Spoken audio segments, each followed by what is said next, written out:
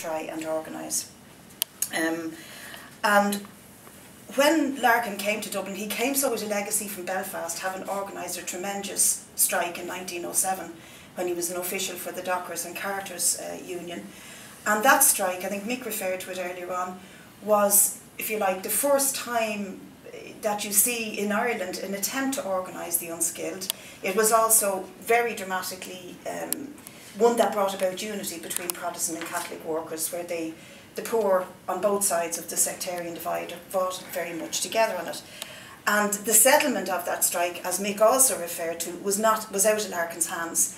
And in fact, he was his tactics that he used, and I want to talk about them in a few minutes, were falling out of favour with the trade union bureaucracy. He lost his job in that, and when he helped to set up the Irish Transport and General Workers Union, he came to Dublin to challenge the whole unskilled employment of workers. And he did so along with James Connolly, who was an official for the Transport and General Workers Union, transferred from Belfast to Dublin. They'd known each other and worked together in the 1907 dispute, and they had worked together throughout the North and then together in Dublin.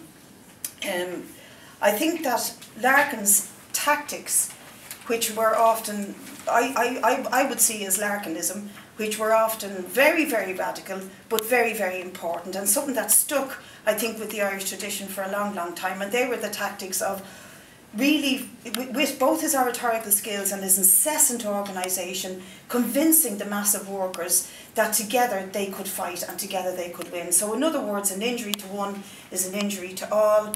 That if workers go out and strike, none of the unemployed take their jobs, they don't scab, they don't go in taking their jobs. And if goods are being transported from that strike, wherever it may be, in Britain, in Belfast, in other parts of Dublin, the goods are blacked, that tainted goods are not touched. So blacking and not scabbing and having lightning strikes and all of that